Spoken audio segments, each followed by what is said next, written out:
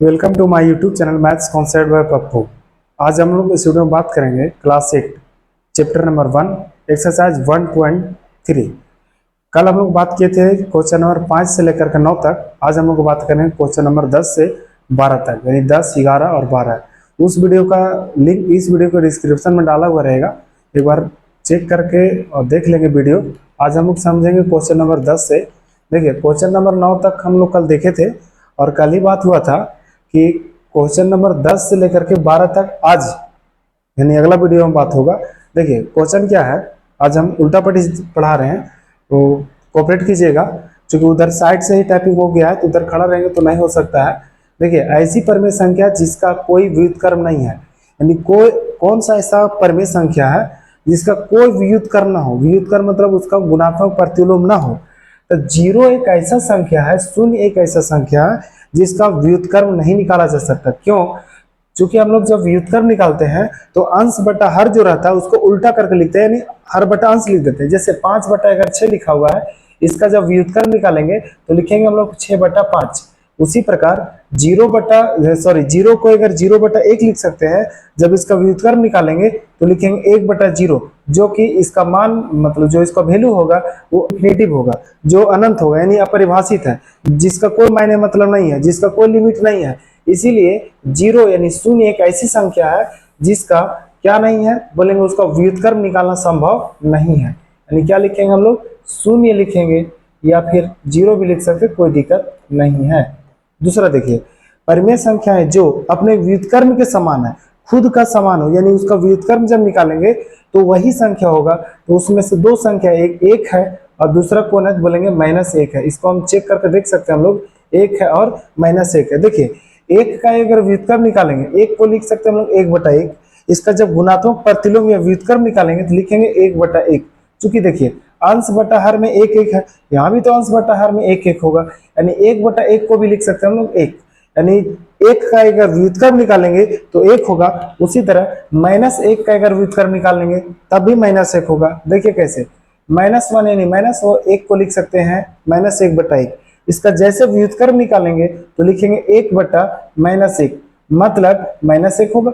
यानी 1 का अगर व्युत्क्रम निकाले तो 1 आया, -1 का व्युत्क्रम निकाले तो -1 आया। इसे और क्वेश्चन में वही पूछा था हम लोग को कि कौन सा ऐसा परिमेय संख्या है जिसका व्युत्क्रम खुद होगा, स्वयं होगा, यानी 1 है और -1 है। अगला देखिए, परिमेय संख्या जो अपने ऋणात्मक के समान है, यानी वैसा परिमेय संख्या बताइए जो उसमें अगर माइनस भी लगा देंगे फिर भी वह सेम रहेगा। जीरो एक ऐसा परिमेय संख्या है, जीरो में चाहे माइनस लगाइए या प्लस लगाइए वो जीरो के बराबर होगा। मतलब अगर क्वेश्चन पूछता कि कौन सा ऐसा परिमेय संख्या वो धनात्मक के बराबर है, तो जीरो भी लिख सकते थे और 1 भी लिख सकते थे, लेकिन सिर्फ ऋणात्मक पूछा है तो हम लोग जीरो लिखेंगे, 1 नहीं लिखेंगे। चूंकि 1 के साथ अगर माइनस लगा देंगे तो -1 हो जाएगा, और 1 अलग नंबर है, -1 अलग नंबर है। आगे देखिए, क्या परिमेय संख्याएं भाग के अंतर्गत सदैव समवृत्त है? समवृत्त कहने का मतलब है कि दो को परिमेय संख्या को भाग लगाएंगे, यानी a बटा b, वो जो सी आंसर आएगा वो परिमेय संख्या होगा, बोलेंगे हाँ। यानी परिमेय संख्या भाग के अंतर्गत समवृत्त है, लेकिन हर कंडीशन में नहीं है। काहे नहीं है, देखिए समझिए। जैसे जीरो एक परिमेय संख्या है, उसे अगर भागा देंगे हम लोग 5 से, क्योंकि 5 भी एक परिमेय संख्या है, तो उसका आंसर क्या आएगा, तो जीरो। ये भी परिमेय संख्या था, 5 भी परिमेय संख्या है, जीरो भी परिमेय संख्या, तब हम लोग बोल सकते हैं कि ये समवृत्त गुण को संतुष्ट करता है। लेकिन अगर यहाँ पे लिखेंगे 5 एक परिमेय संख्या, बोलिएगा हाँ, भागा लगाएंगे हम लोग जीरो से तो उसका आंसर जो आएगा वो आ जाएगा अपरिभाषित, अनंत, इंफिनिटिव। यानी कि परिमेय संख्या जो है भाग के अंतर्गत समवृत्त नहीं है, यानी समवृत्त गुण को संतुष्ट नहीं करता है। क्या लिखेंगे हम लोग? नहीं। यानी याद रखिए ना, परिमेय संख्या जो है ना भाग में समवृत्त है, और देखिए क्रम विनिमय भी नहीं है माइनस में, और भाग में भी क्रम विनिमय नहीं है। याद रखिएगा कि क्या लिखा है, देखिए क्या परिमेय संख्या है भाग के अंतर्गत सदैव क्रम विनिमय है। क्रम विनिमय कहने का मतलब है a भागा b बराबर होगा क्या b भागा a का, बोलेंगे बराबर नहीं होगा। इसीलिए यह लिखा वो गलत है, यानी क्रम विनिमय गुण को संतुष्ट नहीं करता है। क्रम विनिमय गुण कहने का मतलब है कि दो को कोई परिमेय संख्या लीजिए और उसको भागा लगाइए और फिर उसको उल्टा भागा लगाइए, दोनों सेम होना चाहिए, और सेम नहीं होगा वो। अगला क्वेश्चन क्या है, क्या परिमेय संख्या है भाग के अंतर्गत सहचर है? सहचर करने का मतलब है ए भागा बी भागा होगा सी बराबर ए भागा बी भागा सी। देखिए यहाँ पे एल एच एस में लगाए हैं ए और बी में ब्रैकेट, आर एच एस में लगाए हैं बी और सी में, क्या दोनों बराबर होगा? बोलेंगे बराबर नहीं होगा। जब बराबर नहीं होगा तो यहाँ पे यह लिखा हुआ गलत है, हम लोग लिख देंगे, क्या लिख देंगे? तो बोलेंगे नहीं। क्या होगा? सहचर गुण को संतुष्ट नहीं करता है। आगे देखिए, क्या हम एक को जीरो से भाग कर सकते हैं? क्या बोला है कि एक को जीरो से भाग कर सकते हैं। देखिए जब एक को जीरो से भाग यानी कोई भी संख्या को जीरो से भाग करेंगे तो उसका आंसर जो आएगा वो अपरिभाषित आएगा, यानी भाग हम लोग नहीं कर सकते हैं। क्या नहीं कर सकते हैं? बोलेंगे भाग हम लोग नहीं कर सकते हैं। उम्मीद करते हैं क्वेश्चन समझ में आया होगा। फिर से समझिए, क्या बोला है कि कौन सा ऐसा परमेय संख्या जो जिसका व्युत्क्रम नहीं निकालता? तो बोलेंगे जीरो। परमेय संख्या जो अपने व्युत्क्रम के समान है कौन है? एक और माइनस एक। ऐसा क्वेश्चन ऑब्जेक्टिव में प्रत्येक साल पूछा जाता है। जैसे चैप्टर 1 खत्म होगा वैसे उसका ऑब्जेक्टिव क्वेश्चन लाएंगे कि 2022 में, 23 में, 24 में, 25 में, 26 में, यानी 22 से लेकर 26 तक कितना क्वेश्चन पूछा है चैप्टर 1 से, और चैप्टर 1 से और कौन कौन सा क्वेश्चन पूछा है सब हम लोग देखेंगे। तो क्वेश्चन अच्छा से समझते जाइए, ऐसा क्वेश्चन हर साल पूछता है। अगला क्वेश्चन क्या है? परमेय संख्या जो अपने ऋणात्मक के समान है, यानी कौन सा ऐसा परमेय संख्या जो खुद उसमें माइनस लगाएंगे तो खुद रहेगा, माने सेम रहेगा? बोलेंगे जीरो। क्योंकि जीरो में माइनस जीरो भी लिखेंगे वो भी किसके बराबर? बोलेंगे जीरो के बराबर है। आगे देखिए, क्या परमेय संख्या है भाग के अंतर्गत सदैव समवृत्त है? बोलेंगे नहीं है। काहे नहीं है? समवृत्त गुण क्या है? बोलेंगे ए भागा बी, यानी दो को परमेय संख्या को भागा लगाएंगे और जो उसका आंसर सी आएगा वो भी परमेय संख्या होना चाहिए। तो कुछ कुछ कंडीशन में परमेय संख्या आएगा, बहुत सारा ऐसा कंडीशन है जिसमें परमेय संख्या नहीं आएगा, तो नियम कानून एक के लिए गलत होगा तो पूरा नियम गलत हो जाएगा। देखिए उसी प्रकार यहाँ समझा दिया गया है। नहीं समझ में आए तो एक बार वीडियो को बैक कीजिए और समझिए, उम्मीद करते समझ में आ जाएगा। अगला क्वेश्चन है 11 नंबर का। अगर वीडियो में थोड़ा बहुत काट भी रहे होंगे तो कोऑपरेट कीजिएगा, क्योंकि आज गलत तरीका से टाइपिंग हो चुका है, तो उधर खड़ा रहेगा तो ऐसे दिखेगा नहीं लिखा हुआ है, तो इधर खड़ा है, थोड़ा कोऑपरेट कीजिएगा। खाली वीडियो को समझने का यानी क्वेश्चन समझने का प्रयास कीजिए। देखिए क्या लिखा हुआ है, रिक्त स्थानों को भरिए। शून्य का व्युत्क्रम है, शून्य का व्युत्क्रम, अभी पीछे हम लोग क्वेश्चन में देखे थे कि कौन ऐसा परमेय संख्या जिसका व्युत्क्रम नहीं है? बोलेंगे जीरो। तो जीरो का व्युत्क्रम हो सकता है? बोलेंगे नहीं हो सकता है, यानी शून्य का व्युत्क्रम नहीं है। यहाँ क्या भर देंगे? बोलेंगे नहीं। अगला देखिए, संख्याएं, कौन ऐसा संख्या जिसका स्वयं का व्युत्क्रम है? देखिए तो आगे भी हम लोग तुरंत क्वेश्चन देखे थे, एक और माइनस एक ऐसा संख्या है जो उसका व्युत्क्रम निकालेंगे तो स्वयं होगा, तो कौन हो सकता है? देखिए तो वहां पे भरेंगे कौन कौन संख्या? बोलेंगे एक और माइनस एक, यानी एक और माइनस एक ऐसा संख्या है जिसका व्युत्क्रम स्वयं है। अगला क्या है? तो परमेय संख्या तथा उसके व्युत्क्रम का गुणनफल। देखिए कोई भी परमेय संख्या a बटा b, इसका जब व्युत्क्रम निकालेंगे यानी गुणात्मक प्रतिलोम निकालेंगे, इसको उल्टा लिखेंगे। कैसे लिखेंगे? b बटा a। ये दोनों का जो गुणनफल होगा वो किसके बराबर होगा? तो बोलेंगे एक के बराबर होगा, और इसी को हम लोग बोलते हैं गुणात्मक तत्समक। क्या बोलते हैं? गुणात्मक तत्समक। दो परिमेय संख्याओं का गुणनफल हमेशा क्या होता है? बोलेंगे परिमेय संख्या होता है। क्या होता है? जब भी दो परिमेय संख्या को गुना करेंगे तो हमेशा क्या आएगा? तो बोलेंगे परिमेय संख्या होता है, परिमेय संख्या। देखिए यहाँ नहीं स्पेस थोड़ा कम है, इधर लिख दे रहे हैं। क्या होगा? बोलेंगे परिमेय संख्या। परिमेय संख्या होगा या परिमेय है? परिमेय संख्या होगा। देखिए किसी धनात्मक परिमेय संख्या का व्युत्क्रम, देखिए कोई धनात्मक परिमेय संख्या यानी प्लस में है, यानी प्लस 5/6 लिखा हुआ, इसका जैसे हम लोग व्युत्क्रम निकालेंगे तो क्या होगा? बोलेंगे प्लस 6/5 होगा। यानी कह सकते हैं कि कोई धनात्मक परिमेय संख्या है उसका जो व्युत्क्रम होगा वो भी धनात्मक होगा, यानी प्लस में है तो उसका व्युत्क्रम निकालेंगे तो प्लस में होगा, यानी कि क्या होगा इसका आंसर? बोलेंगे धनात्मक होगा। क्या होगा? बोलेंगे धनात्मक। देखिए किसी ऋणात्मक परिमेय संख्या का व्युत्क्रम, जैसे कोई नंबर है माइनस में, जैसे -3/5 लिखा हुआ, इसका हम लोग निकालेंगे व्युत्क्रम। क्या लिखेंगे? बोलेंगे देखिए -5/3 होगा, यानी अगर क्वेश्चन माइनस में है उसका व्युत्क्रम निकालने बोला है तो उसका आंसर भी माइनस में होगा, यानी साइन नहीं बदलेगा, तो इसका आंसर क्या आ जाएगा? तो बोलेंगे ऋणात्मक होगा। क्या होगा? ऋणात्मक होगा, ऋणात्मक। अगला देखिए 1/x, जहां x का वैल्यू 0 के बराबर नहीं है का व्युत्क्रम है, यानी कोई नंबर है 1/x के रूप में और नीचे जो x लिखा हुआ है 0 नहीं है, जब इसका व्युत्क्रम निकालेंगे तो क्या होगा? तो बोलेंगे x/1 होगा। एक को हम लोग अपने से नीचे हटा सकते हैं, लिखेंगे क्या होगा उसका आंसर? तो बोलेंगे x होगा। यानी 1/x का जो व्युत्क्रम होगा वो सिर्फ x होगा। आगे देखिए, किसी परिमेय संख्या का शून्य से विभाजन हो सकता है? बोलेंगे नहीं हो सकता। कोई भी नंबर है, ऊपर लिखेंगे कोई परिमेय संख्या है, कोई भी संख्या ऊपर लिख दीजिए, और नीचे अगर लिखेंगे 0, इसका जो आंसर आएगा वो अपरिभाषित आएगा, अनंत आएगा, यानी क्या होगा? बोलेंगे नहीं होगा। यानी कोई भी परिमेय संख्या है उसका 0 से विभाजन नहीं होगा। उम्मीद करते हैं ये क्वेश्चन भी समझ में आया होगा। इस तरह का भी क्वेश्चन हर साल पूछता है। जैसे चैप्टर खत्म होगा, यानी आज 1.3 तो खत्म हो गया, खत्म हो जाएगा अगला क्वेश्चन के बाद 1.4 जैसे खत्म होगा, वैसे उसके अगला दिन तुरंत जितना भी ऑब्जेक्टिव क्वेश्चन का इससे पूछा गया है 2022 से लेकर 26 तक, सब क्वेश्चन हम टैपिंग कर चुके हैं, उसे देखेंगे और समझेंगे। आगे देखिए 12 नंबर जो क्वेश्चन है उत्तर दीजिए। क्या -1/8 का गुणात्मक प्रतिलोम 8/9 है? क्यों अथवा क्यों नहीं? अगर है तो क्यों है, और नहीं है तो क्यों नहीं है? देखिए हम लोग ध्यान से समझेंगे। जो क्वेश्चन क्या है, बोलेंगे -1/8 का गुणात्मक प्रतिलोम। तो सबसे पहले जो क्वेश्चन दिया हुआ है उसको आप तोड़ के लिखिए, यानी पूर्णांक को तोड़िए, गुना कीजिए तो गुना हो जाएगा 8 और 1 9, यानी -9/8 हो गया। पूर्णांक में जो क्वेश्चन था उसका उसको तोड़े तो -9/8 हुआ। इसका जब गुणात्मक प्रतिलोम लिखेंगे, बोलेंगे -9/8 का क्या, बोलेंगे गुणात्मक प्रतिलोम।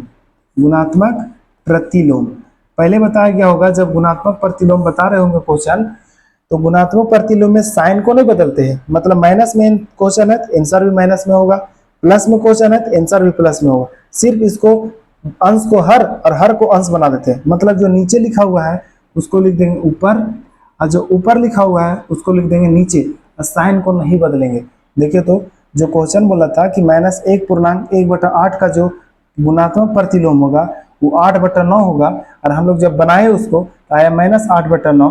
तो क्या सही है कि गलत है? बोलेंगे जो लिखा हुआ है वो गलत है। क्या लिखा हुआ है? बोलेंगे गलत लिखा हुआ है। वो बोलेगा काहे आप गलत बोल दिए?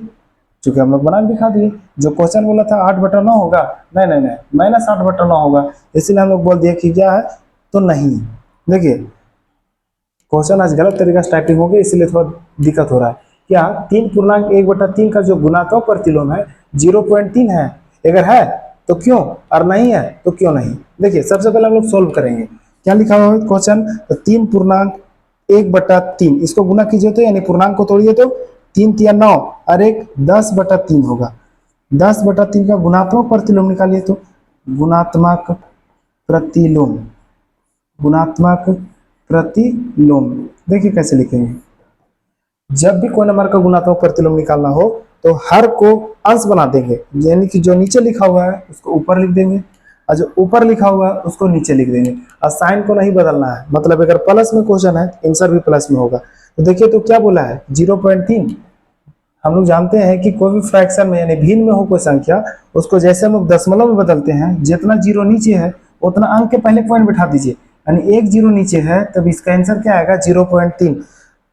हम लोग का आंसर भी आया है 0.3, और क्वेश्चन में बोला भी था 0.3, तो हम लोग क्या बोलेंगे कि हाँ यानी सही है ये। वही तो हाँ और नहीं लिखने के लिए बोला था। देखिए क्या 0.4 का व्युत्क्रम 5/2 है? तो 0.4 का व्युत्क्रम सबसे पहले निकालिए। लिखेंगे हम लोग क्या क्वेश्चन है तो बोलेंगे 0.4। इसे अगर बदलेंगे हम लोग तो लिख सकते हैं 0.4 को पॉइंट हटाएंगे नीचे आएगा 10, यानी इसको काट पीट करेंगे तो 2 बार में कटेगा, ये 5 बार में कटेगा, यानी कि लिख सकते हैं कितना, तो बोलेंगे 2/5। यानी जो 0.4 क्वेश्चन दिया था उसको काट पीट के यानी पॉइंट हटा करके बट्टा में लाए, फिर काटे तो 2/5 आया। अब उसको हम लोग क्या करेंगे तो व्युत्क्रम निकालेंगे। क्या लिखेंगे, का व्युत्क्रम, का व्युत्क्रम। क्या बोले अभी व्युत्क्रम निकालने के लिए, जो हर में रहेगा यानी जो नीचे रहेगा उसको ऊपर लिख दीजिए, और जो ऊपर रहेगा उसको नीचे लिख दीजिए। जो क्वेश्चन में था 5/2, आंसर में है 5/2, तो क्या है सही है कि नहीं है? बोलेंगे हाँ, यानी सही है। क्या हाँ, मतलब जो 0.4 का व्युत्क्रम होगा 5/2 होगा, यानी 2 है। जो है क्वेश्चन में जो आंसर में है वही हम लोग को बना सोल्व करने के बाद भी आया है, मतलब सही है। आगे देखिए तो आगे जो क्वेश्चन है, क्वेश्चन क्या है डी नंबर 12 नंबर का ही डी नंबर क्वेश्चन है कि 6/13 को -7/16 के व्युत्क्रम से गुना करने पर कितना होगा। यानी 6/13 को गुना करना है, और किससे गुना करना है तो बोलेंगे -7/16 के व्युत्क्रम से। सबसे पहले ऐसा करते हैं हम लोग, क्वेश्चन के अनुसार हम लोग बना के देखते हैं कैसे लिखेंगे। देखिए यहाँ पे सोल्व कर दे रहे हैं, किसका सोल्यूशन है, तो डी नंबर का सोल्यूशन है। यहाँ पे देखिए डी नंबर का सोल्यूशन है। क्या बोला है, बोला है 6/13 को गुना कीजिए, किससे गुना कीजिए, तो -7 बटा कितना है, तो 16 का व्युत्क्रम। कोई दिक्कत नहीं, कर देंगे गुना। देखिए 6/13 लिखते हैं गुना -7/16 का जब व्युत्क्रम निकालेंगे तो जो नीचे है यानी हर में है उसको ऊपर लिख दीजिए, यानी 16 ऊपर चल जाएगा और 7 नीचे आ जाएगा। अब माइनस लगा उसको भी लगा देंगे, क्योंकि माइनस प्लस को तो बदलना नहीं है। कटने वाला है तो काट दीजिए, नहीं कटने वाला तो गुना कर दीजिए। देखिए तो गुना कीजिए, प्लस माइनस माइनस हो जाएगा, 6 और 16 96 हो जाएगा गुना होके, और 13 और 7 गुना हो जाएगा 91। यानी कि जो क्वेश्चन हम लोग को बोला था कि 6/13 को -7/16 के व्युत्क्रम से गुना कीजिए और कितना आएगा उसका आंसर, तो लिखे हैं देखिए 6/13 गुने -7/16 का व्युत्क्रम। ये तो सेम नंबर रह जाएगा, इसका व्युत्क्रम निकाले और गुना कर दीजिए, गुना करके जो आंसर आया है वही आंसर होगा। आगे देखिए ई नंबर में क्या बोला है, बोला कि 5/7 प्लस 2/5 गुने 5 का मान क्या होगा, यानी कि वही तो गुण आ गया, वितरण गुण है, यानी सबसे पहले ब्रैकेट को सोल्व कीजिए और जो ब्रैकेट के बाहर है उसको गुना कर दीजिए। यानी ई नंबर का सॉल्यूशन यहाँ कर रहे हैं। क्वेश्चन क्या है, बोलेंगे क्वेश्चन है 5/7 प्लस 2/7 गुना 5 है। गुना कितना है, बोलेंगे 5 है। देखिए सबसे पहले ब्रैकेट को सोल्व कीजिए, 7 और 7 का लघुत्तम कितना होगा, बोलेंगे 7 होगा। यहाँ 5 + 2 लिखेंगे, 5 + 2 और गुना कितना करना पड़ेगा, तो बोलेंगे 5, जो कि ब्रैकेट के बाहर है।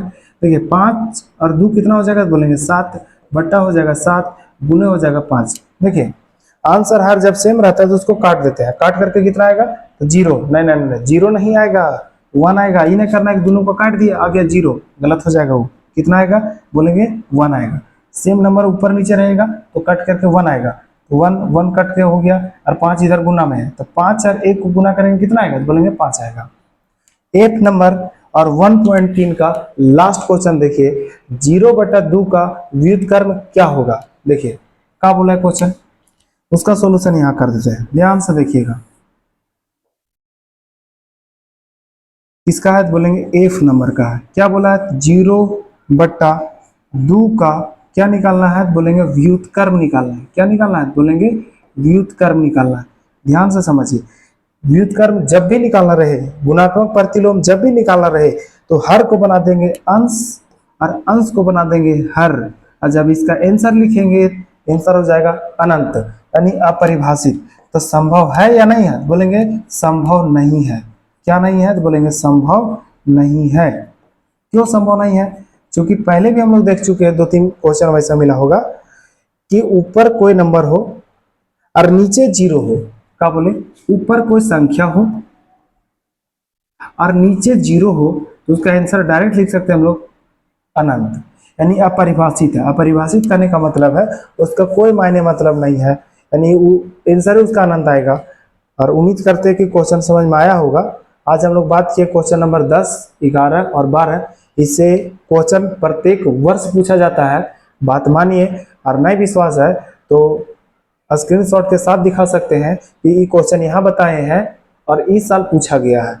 1.3 आज खत्म हो चुका है, कल हम लोग बात करेंगे 1.4, यानी एक्सरसाइज कितना, बोलेंगे 1.4। अभी तक अगर आप वीडियो नहीं देखे हैं 1.1 से लेकर 1.3 तक, तो उसे एक बार देख लें। और इसके बीच जितना भी थ्योरी पोर्शन रहता है उसका वीडियो अलग से डाल देते हैं, वो टेंशन नहीं लेना है, उसे भी आप देखिए और समझिए। और जहाँ भी दिक्कत होता है तुरंत पूछिए। और जैसे चैप्टर 1 खत्म होगा, चैप्टर 1 उसका ऑब्जेक्टिव करेंगे और ऑब्जेक्टिव के बाद तुरंत हम लोग करेंगे साइंस। साइंस अभी बहुत दिन से नहीं हुआ है, साइंस हम लोग करेंगे। और साइंस का चैप्टर 1, चैप्टर 2 इस तरह लगातार करेंगे। या फिर ऐसा भी कर सकते हैं, साइंस में फिजिक्स होता है, केमिस्ट्री है और बायो है, उसको अलग अलग करके भी पढ़ सकते हैं। जैसा आप लोग कमेंट में बोलिएगा वैसा करेंगे, यानी फिजिक्स को बोलिएगा अलग से, केमिस्ट्री अलग, बायो अलग। फिजिक्स बोलिएगा सबसे पहले फिजिक्स 3-4 चैप्टर उसको पढ़ लेंगे, केमिस्ट्री है जो 3-4-5 चैप्टर उसको पढ़ लेंगे, अब बायो 3-4-5 चैप्टर उसको भी पढ़ लेंगे। न तो बोलिएगा चैप्टर 1, 2, 3 इस तरह भी पढ़ सकते हैं। लगातार चैप्टर पढ़ने से क्या है कि कुछ चैप्टर मिलेगा फिजिक्स का, कुछ मिलेगा केमिस्ट्री का, कुछ मिलेगा बायोलॉजी का, फिर फिजिक्स का, फिर केमिस्ट्री का, यानी मिला जुला मिलेगा। और अलग अलग पढ़ने से फायदा है, फिजिक्स पढ़िएगा खाली फिजिक्स होगा, केमिस्ट्री पढ़िएगा तो खाली केमिस्ट्री, और बायो पढ़िएगा तो सिर्फ बायो। जैसा आप कमेंट कीजिए वैसा हम लोग पढ़ा लेंगे, कोई दिक्कत नहीं है। अगर वीडियो अच्छा लगा होगा तो चैनल को सब्सक्राइब कर दीजिए और वीडियो को शेयर कर दीजिए।